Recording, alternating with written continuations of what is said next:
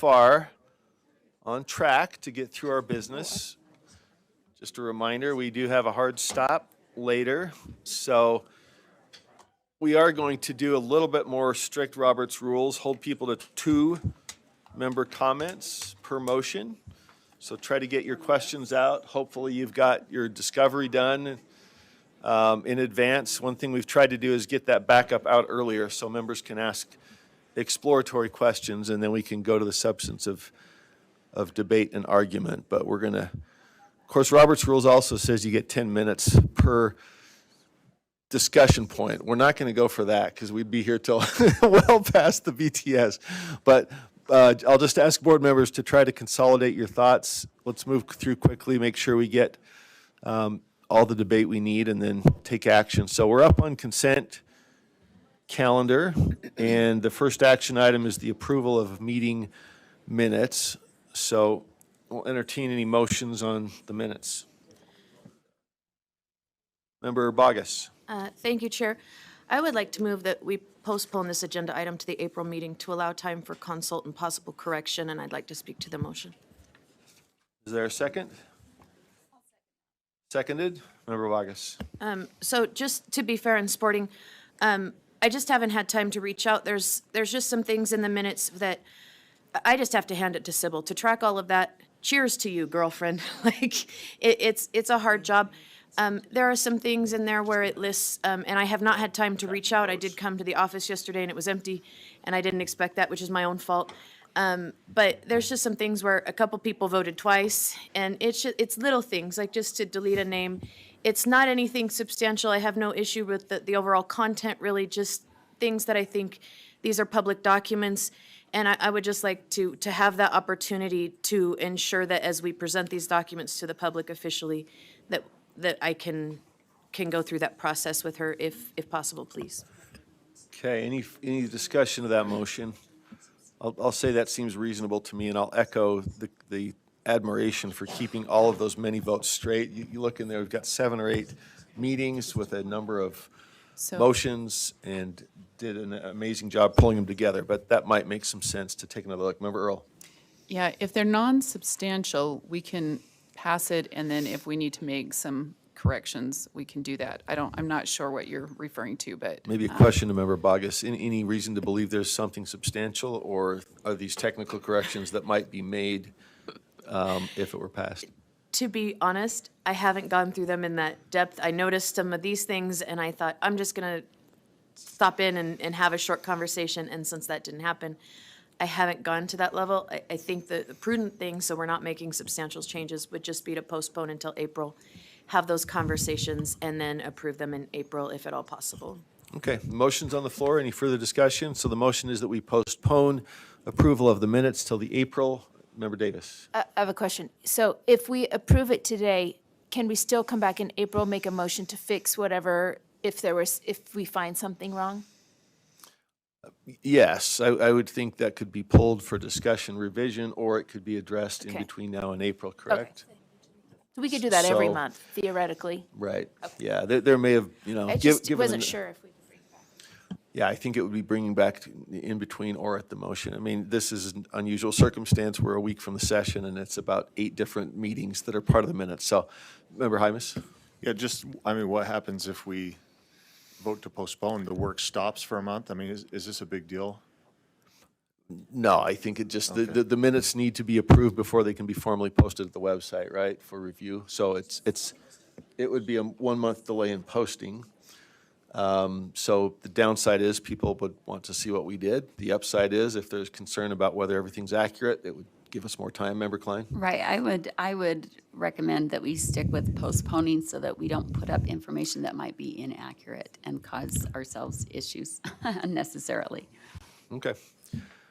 Well, the motion is on the floor to postpone approval of the minutes for February to the April meeting. Why don't we do a show of hands? I don't think we need, since we're all here. We'll come back to this as occasion demands, but I think this one we might be able to just do it by show of hands. So all in favor of postponing, please raise your hand.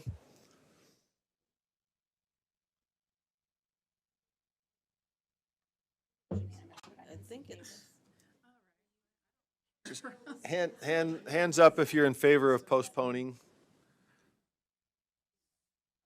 And then we'll switch. Those opposed, please raise your hand, show of hands. So we've got four opposed, Norton, Straight, Reel, and Davis. So that motion passes.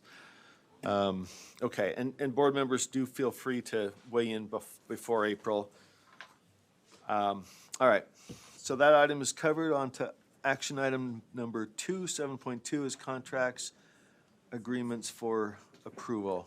Any motions to that item? We've got member Klein, let's see.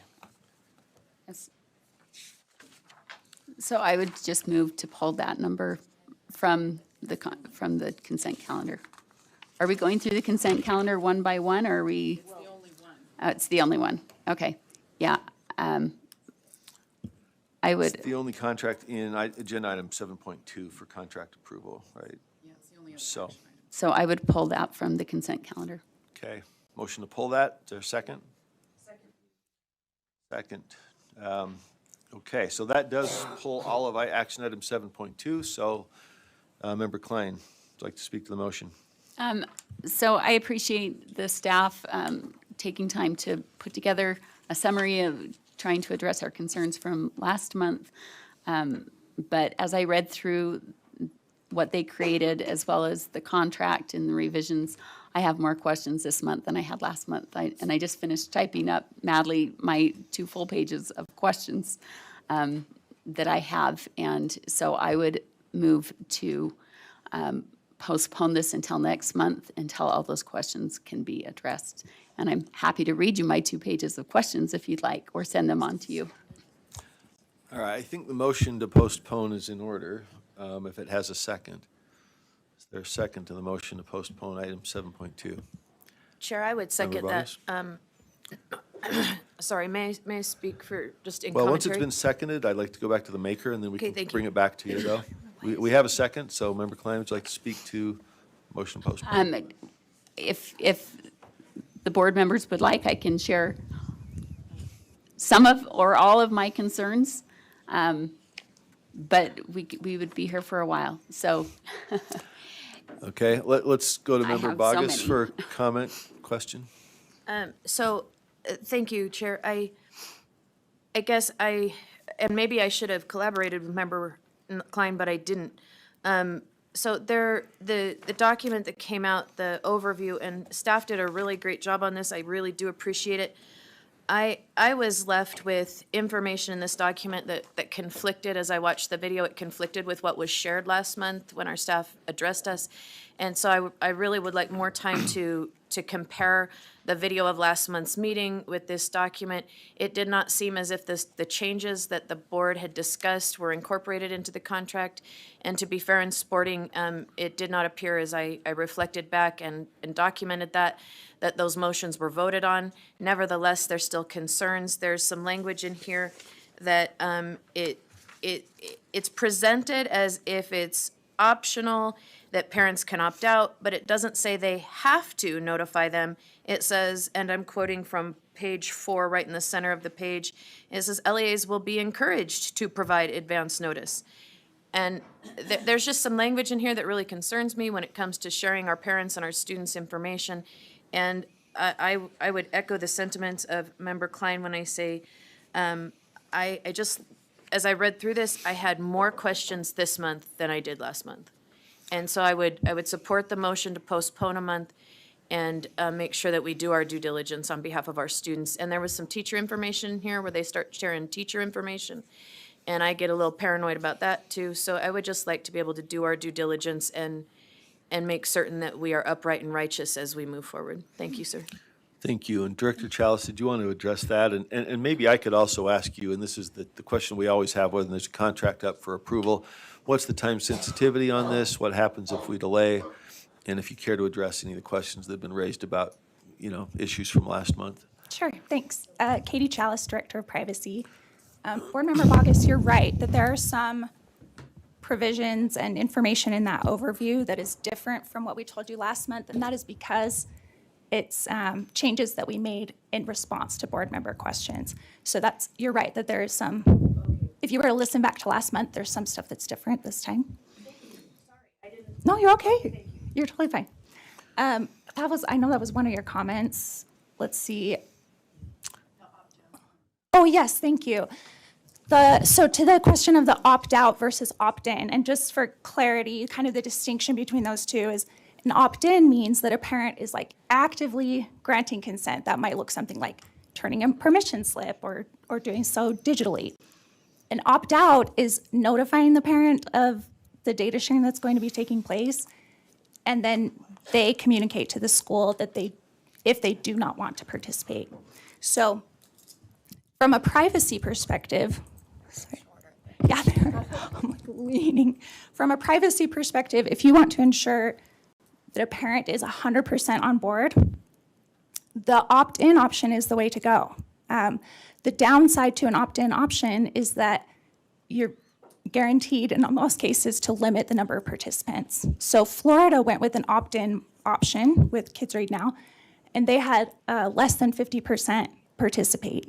And I would argue that it's unlikely that those parents, the majority of those parents, would not have wanted to participate. It's often the case, as you guys who have kids know, that sometimes it's hard to get a consent form from home to school. So that was the reasoning for going with the opt-out option. And I just remembered something else. Oh, and then just forgot it. Yes, thank you. So the reason the language in the contract says things like, oh, we will encourage the LEA to do such and such, is because we are entering into the contract, so we can only commit ourselves to what USBE can do. The LEA is not entering into this contract, otherwise we could put stronger language in there. But if you wanted to go that route, it would require probably a change in board rule, or otherwise the LEA would need to enter into the contract themselves. Does that make sense? Yes, thank you. And Director Thronson, did you want to address any of this? I also did want to hear a little bit about the time factor. Yeah, did you want to take a vote first, or do you want more questions I- first? If you have anything to address on this, the motion before the body is to postpone. So Okay. part of that question goes to the time Timing. sensitivity and anything else you want to address. Yeah, about the thank you. concerns. Jennifer Thronson, Director of Teaching and Learning. In terms of the timing, this bill passed last March of 2022, so we are a year out from passing.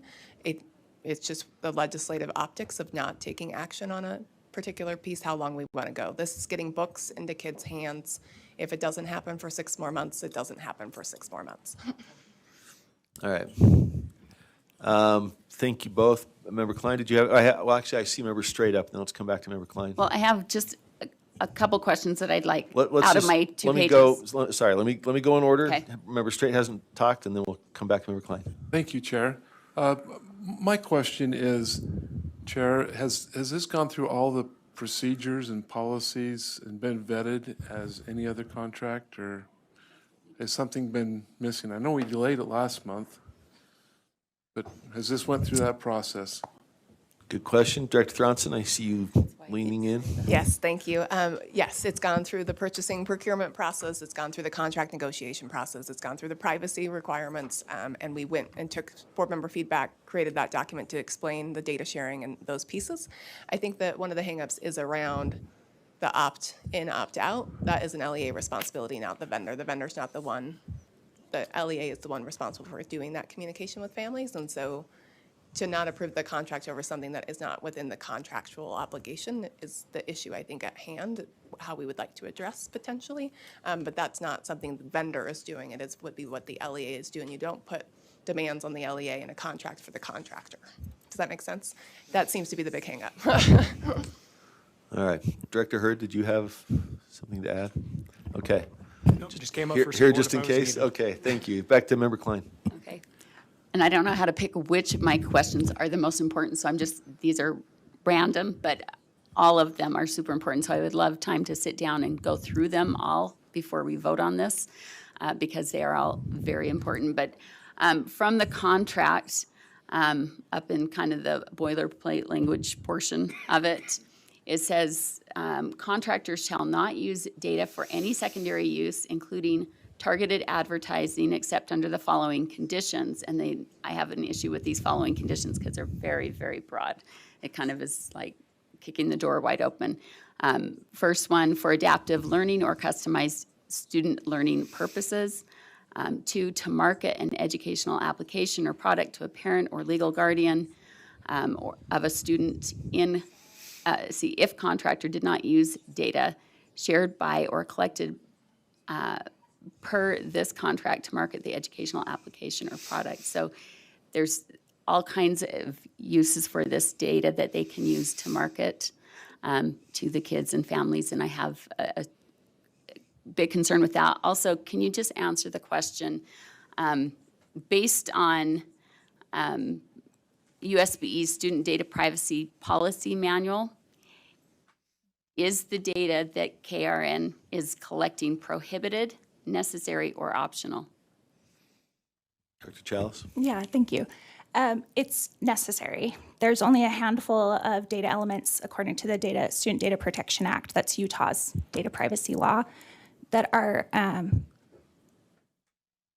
kind of forbidden from being collected, and the data elements that are included here are definitely fall into the category of necessary. Okay, because in the policy manual, if you look at the policy manual, it is a very expansive list under necessary data elements. And so much like Member Bogus in last month's meeting listed off an incredible amount of information, that is what KRN will have access to, because that is what's listed under necessary data elements in our Utah Student Data Privacy Policy Manual. Could I speak to that, Chair? Yes, please. Board Member Klein, the list that you're talking about is expansive, and that comes from, it's 53E-9-305, I believe, that's part of the Student Data Protection Act.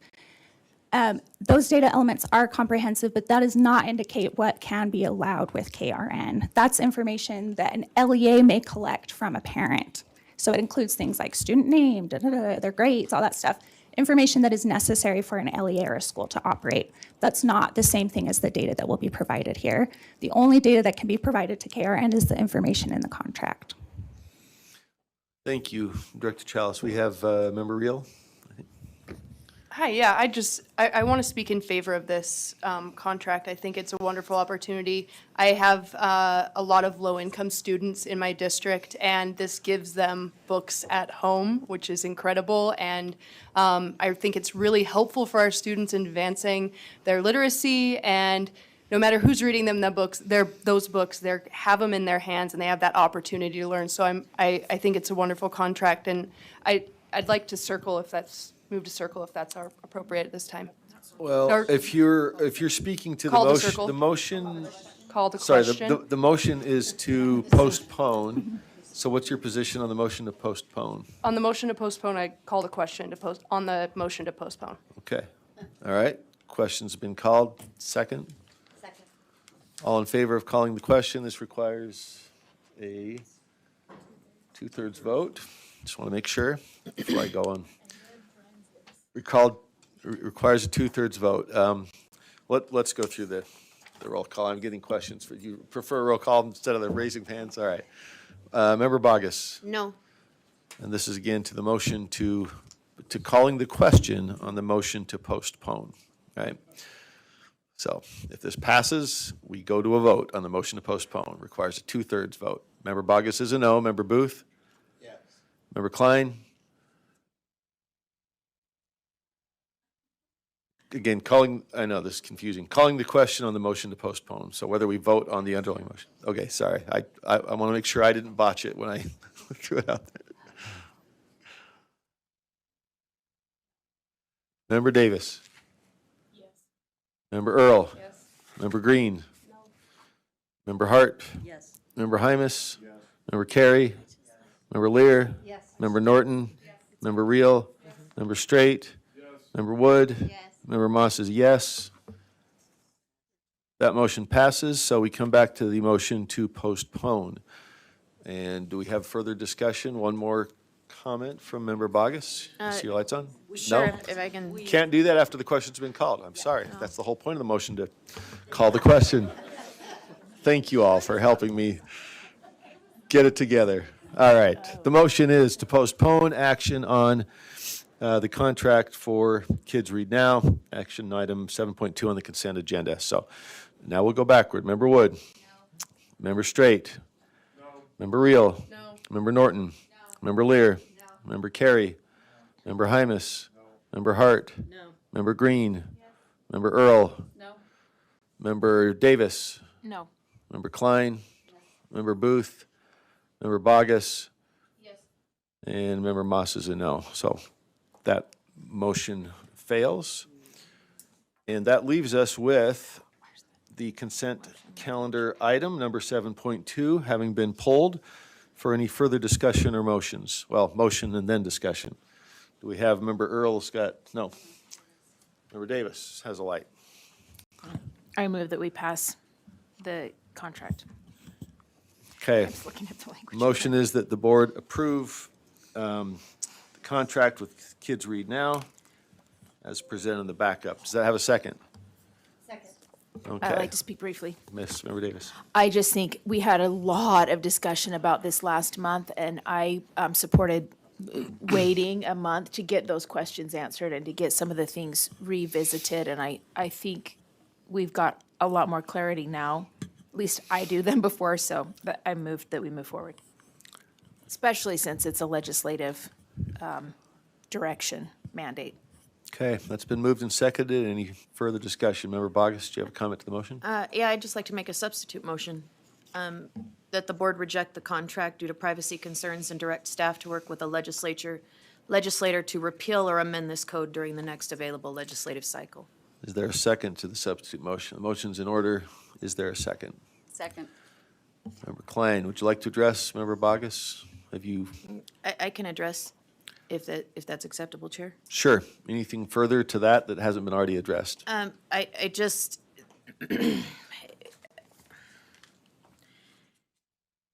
this, I'm just gonna read language as opposed to trying to make commentary. As we talk about things, definitions in the contract, and I have read the contract, for example, on page 2 of the contract, educator data includes but is not limited to the educator's name, any unique identifier, including social security number, and other information that alone or in combination with is linked or linkable to a specific educator. I just think as a board, we need to do better by our educators, by our families, by our students, and the fact that this is not opt-in is gravely concerning to me. As I've articulated it to my constituents, I've said it's just a unique thing that's very, obscure. And it is a government agency gifting contact information and identifiable information to a corporate entity, then we pay $4.5 million to market to the families in our state. And that's an obscure relationship. We're giving them private information, and then we're saying, here's $4.5 million to market to our people. And in the process, the educator is involved in this weird kind of wicked web of chaos.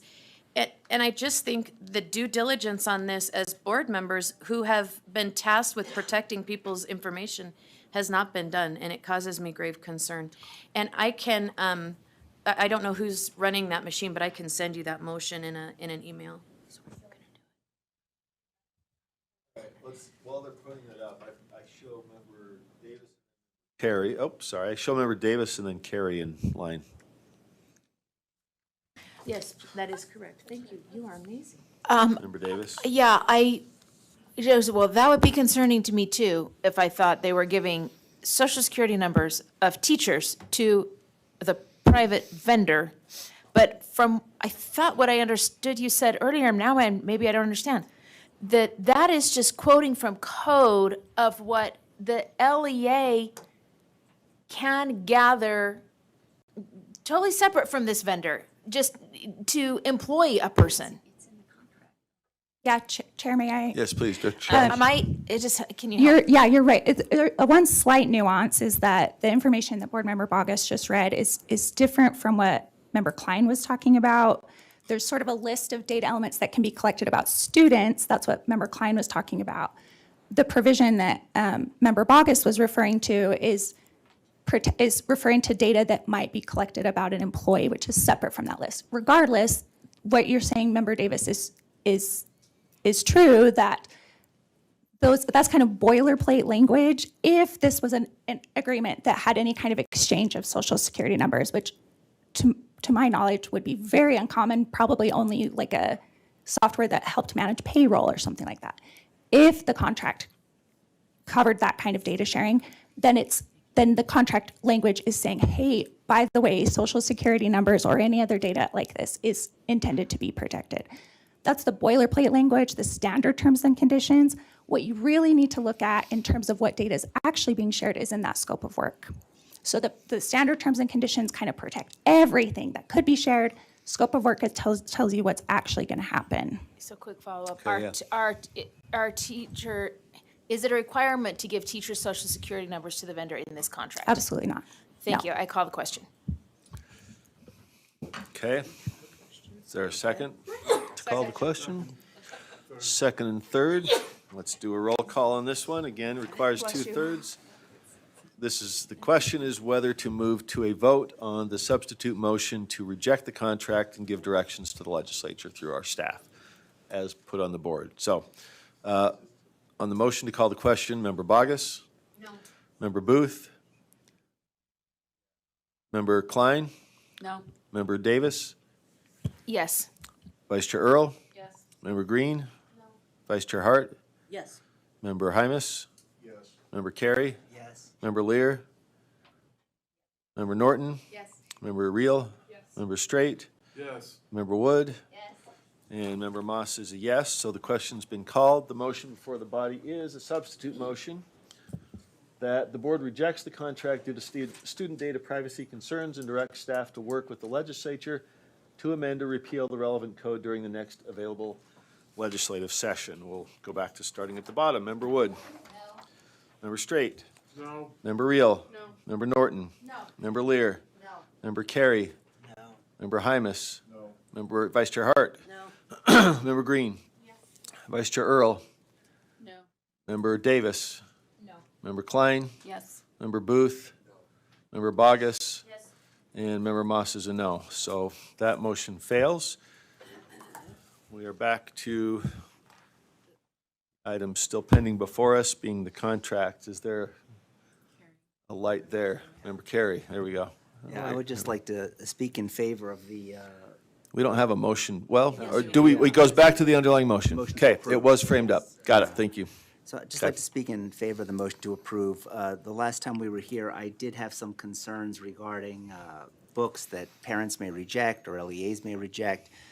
And I just want to thank, if I could, just specifically, Director Chalice, Director Hurd, and Deputy Stallings.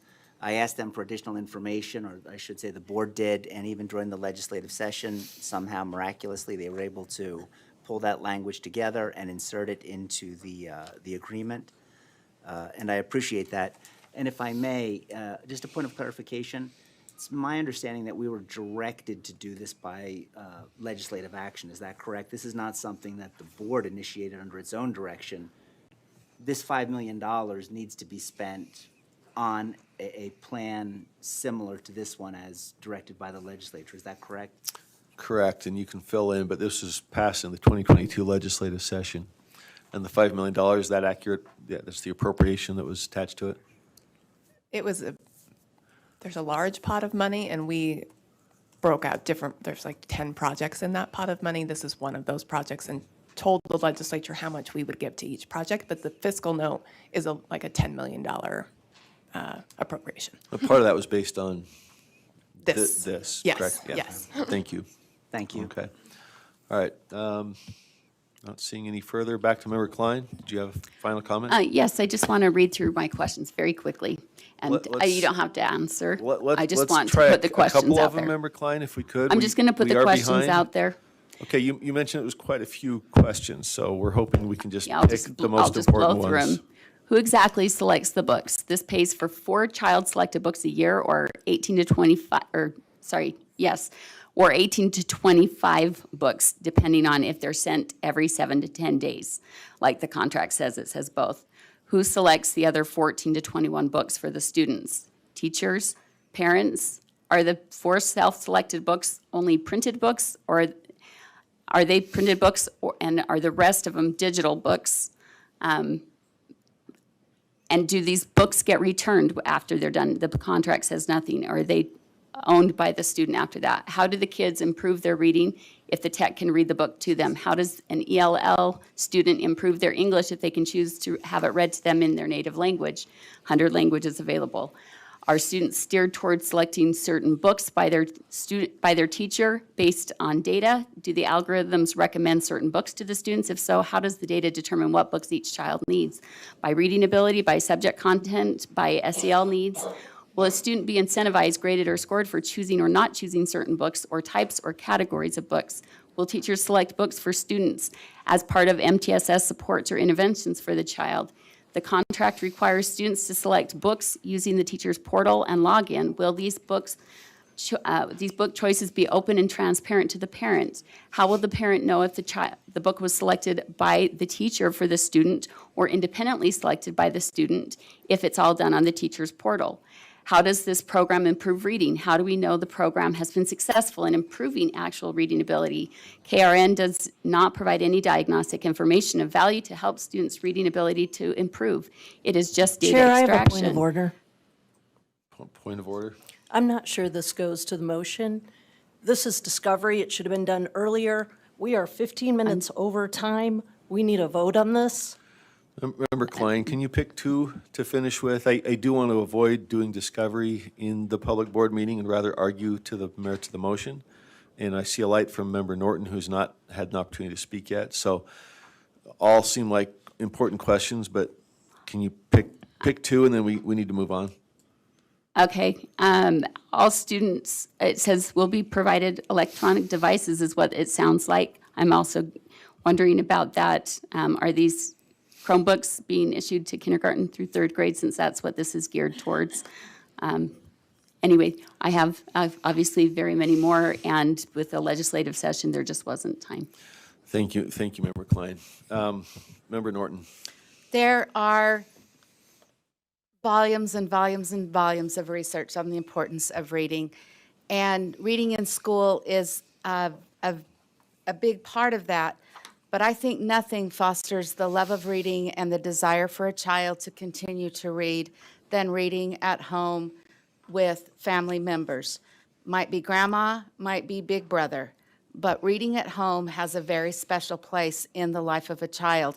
Whether they are curling up with a book or curling up with an iPad, it is a story being told. If they are sharing it in a native language, it creates a bond over a book between that adult, that caring adult, and that child. And I cannot think of a way of helping our children improve their literacy more than to help overcome the obstacle of the financial resources needed to have a book in their home. Thank you, Member Norton. All right, with that, Member Hymas? This is a placeholder to call the question if another light comes on. Seeing none, let's turn to a vote. I don't think I have a light on. All right, so the motion again is that the board approves the contract for Kids Read Now as presented. We'll start back at the top. Member Bogus? No. Member Booth? Member Klein? No. Member Davis?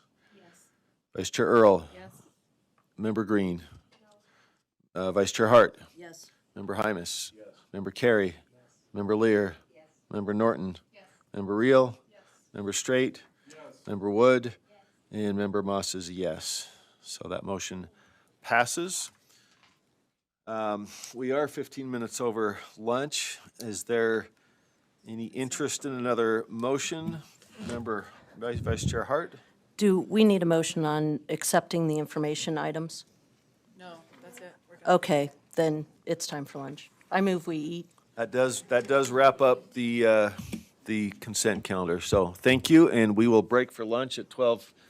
Let's call it 12:15. No, let's give ourselves 12:45, and then we'll start calling you back in at 12:45. Have a couple minutes of spillover.